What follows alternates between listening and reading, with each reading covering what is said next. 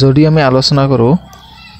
class 10 সেৱা পটৰ যেটো English book আছে এটো আমি কি সেকেন্ড ল্যাঙ্গুৱেজ বুলি কওঁ যেটো সিলেবাসটো আমি আলোচনা কৰোঁ একাডেমিক ইয়াৰ 2025-26 ৰ কাৰণে তেনেহলে আমি লক্ষ্য কৰিম সিলেবাসটো আমি যদি লক্ষ্য কৰোঁ তেনেহলে আমি চাম সিলেবাসটো মেইনলি আমি ব্ৰেকডাউন কৰিব পাৰো তিনিটা পাৰ্টত তেনে পাৰ্টটো কেনেকৈ হল ফাৰ্স্ট নম্বৰটো হল গ্ৰামাৰ সেকেন্ডলি আমি টু টেক্সট বুকটো চাও থাৰ্ডলি আমাৰ কি হয় সাপ্লিমেন্টাৰী ৰিডাৰ সো এই তিনিটা ভাগত ডিভাইড কৰি কিনে আমাৰ টোটাল মাৰ্ক 100 মাৰ্ক সো আমি 100 মাৰ্কৰ ভিতৰত আমাৰ 90 মাৰ্ক আহি যায় থিওৰিৰ পৰা 10 মাৰ্কটো আহি যায় 10 মাৰ্কটো আহে আমাৰ ইন্টাৰনেল অ্যাসাইনমেন্ট মানে যেটো আমি প্ৰজেক্ট বুলি কওঁ প্ৰজেক্টৰ পৰা আহিব 10 মাৰ্ক তাৰ পিছত তাৰে ভিতৰত আমি যদি 5 মাৰ্কটো লক্ষ্য কৰোঁ ওভাৰঅল 5 মাৰ্কটো হল আমাৰ 30 মাৰ্ক আৰু আমাৰ স্পেশালি কিমান মাৰ্ক পাব লাগিব 27 ফৰ ৰাইটিং এক্সামশন তাৰ মানে 45 মাৰ্কটো যেটো আছে 45 মাৰ্ক হৈ যাব আমাৰ এমসিকিউ তাৰ পিছত আহিব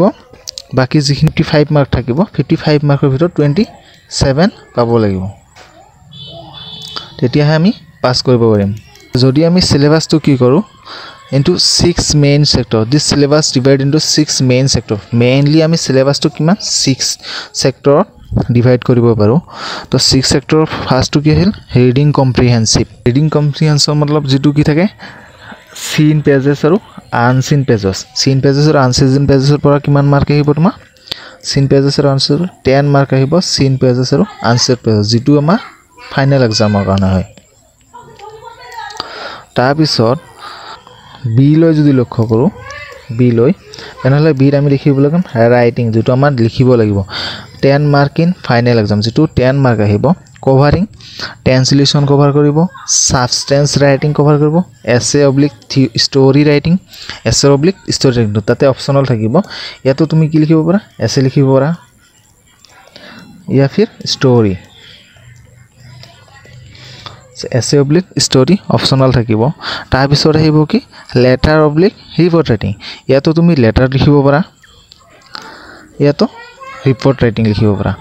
তো এইবোৰৰ বিষয়ে আমি পিছলৈ আলোচনা কৰিম প্ৰত্যেকটো টপিকৰ ওপৰত আজি জাস্ট আমি সিলেবাসটো আৰম্ভ কৰিছো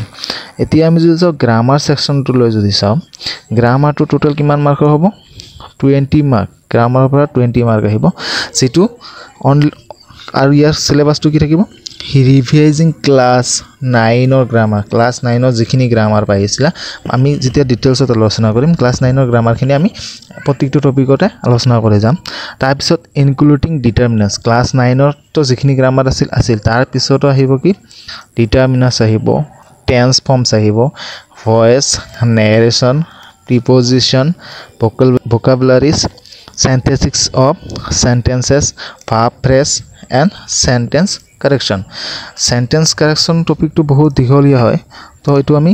লাহে লাহে আলোচনা কৰিম তো এখিনি হ'ব আমাৰ গ্ৰামাৰৰ সিলেবাস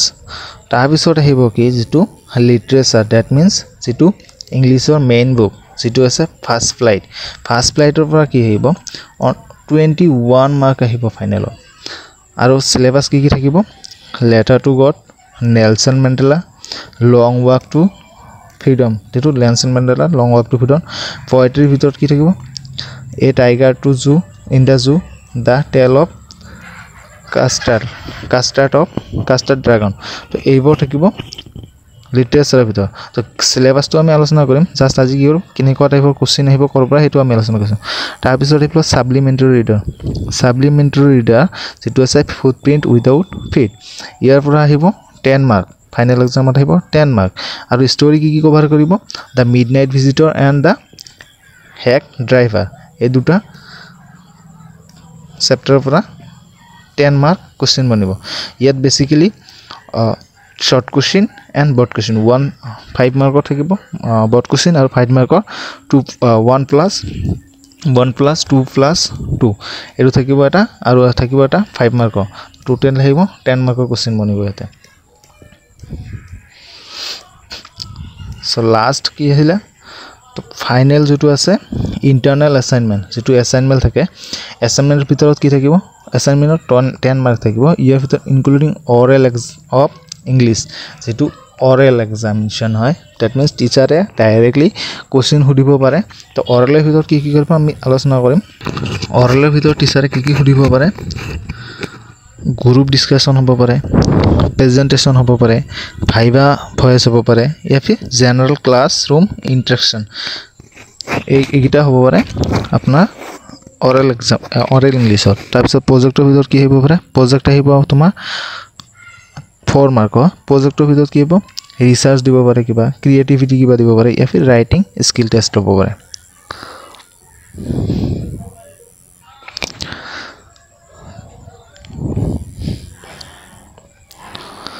আৰু ইয়াৰ কাৰণে কিছুমান ৰিকমেণ্ডেশ্যন বুকো দিব পাৰিবা মানে ক্লাছ 10ৰ বুকৰ কাৰণে mainly first flight and footprint without food যেটো মেইন বুক হয় ক্লাছ 10 ইয়াৰ বাহিৰে স্পোকেন ইংলিছ প্ৰেক্টিছ ক্লাছ 10ৰ কাৰণে থাকিব আৰু N approach to English grammar এটো যেটো গ্ৰামাৰ বুক হয় তোমাৰ গভৰ্ণমেণ্টে প্ৰভাইড কৰা ক্লাছ 9 10ৰ কাৰণে গভৰ্ণমেণ্টে প্ৰভাইড কৰা যেটো বুক হয় হেতু পঢ়িলে তোমাৰ গ্ৰামাৰটো কমপ্লিট হৈ যাব তো এইখিনি আছিল সিলেবাস তো সিলেবাসৰ বিষয়ে ৰেগুলাৰ ভিডিও পাবলৈ আমাৰ চেনেলটোৰ লগত জড়িত হৈ থাকিব ইয়াতে মই প্ৰত্যেকটো ক্লাছ 10ৰ প্ৰত্যেকটো বিষয়তে ইয়াতে আলোচনা কৰিম সিৰিয়েল ওয়াইজ আমি গ্ৰামাৰটো কভাৰ কৰিম প্লাস টেক্সটটো এটা চেপ্টাৰ ডিসকাস কৰিম আৰু লাষ্ট ইয়াৰৰ যিবোৰ কোশ্চেন আছিল সেইবোৰ আলোচনা কৰিম থ্যাংক ইউ ভিডিওটো ভাল লাগিলে লাইক কৰিব